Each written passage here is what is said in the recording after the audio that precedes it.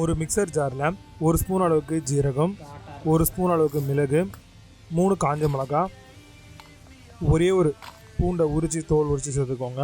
இப்போது 3 தக்காளி சேர்த்துக்கோங்க கட் பண்ணி. கொஞ்சமாக கொத்தமல்லி, ஒரு அரை லெமனை பிழிஞ்சு விட்டுக்கோங்க.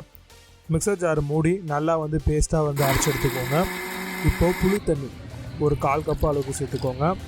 இப்போது நம்ம அரைச்சி வச்சிருக்கக்கூடிய பேஸ்ட் அந்த புளி தண்ணியிலே சேர்த்துட்டு நல்லா மிக்ஸ் பண்ணி விட்டுருங்க. இப்போ கொஞ்சமாக தண்ணி ஊற்றிக்கோங்க. உங்களுக்கு எவ்வளோ ரசம் வேணுமோ அந்த அளவுக்கு தண்ணி ஊற்றிட்டு கொஞ்சமாக உப்பு சேர்த்துக்கோங்க. மஞ்சள்தூள் 1/4 ஸ்பூன், பெருங்காயத்தூள் ஒரு அரை ஸ்பூன், கொஞ்சமாக கொத்தமல்லி சேர்த்துட்டு நல்லா மிக்ஸ் பண்ணி விடுங்க. இப்போ ஸ்டவ் ஆன் பண்ணி கடாய் வச்சுட்டு அதில் கொஞ்சமாக ஆயில் சேர்த்து கடுகு போட்டுக்கோங்க. ஒரு காஞ்ச மிளகாவை உடச்சி ஒரு 5 பீஸாக சேர்த்துக்கோங்க. இப்போ கொஞ்சோண்டு கருவேப்பிலை சேர்த்து பொரிஞ்சு வந்தோடனே அதை நம்ம ரசத்துக்கு தாளித்து கொடுத்துடலாம். இப்போ எல்லாத்தையும் நல்லா மிக்ஸ் பண்ணி வச்சுக்கோங்க. இது அப்படியே கேஸ் ஸ்டவ்வில் வச்சுட்டு மேலே நுர கட்டுற அளவுக்கு வச்சு அதுக்கப்புறம் நீங்கள் ஸ்டவ் ஆஃப் பண்ணி சர்வ் பண்ணுங்கள்.